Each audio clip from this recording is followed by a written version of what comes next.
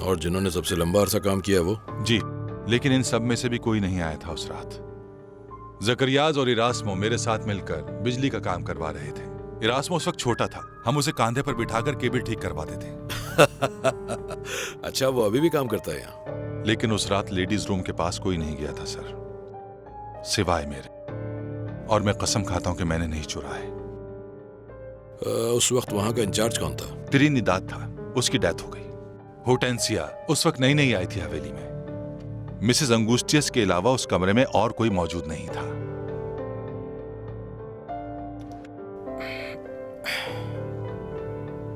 लेकिन एक बात है मार्गरेटो, जकरियाज अल्बर्टो की पैदाइश के बाद यहां से चला गया था ना? हाँ जी, वो यूएस चला गया था। वहां जाने के लिए तो काफी पैसा चाहिए होता है। मैंने पूछा था उससे, उसने कहा कि मैंने पैसे जमा किए हैं, लेकिन वहां जाकर भी कोई फायदा नहीं हुआ और वापस यहीं आ गया। उस रात एक मिडवाइफ भी तो आई थी, हो सकता है कि ये उसका काम हो। Like and subscribe.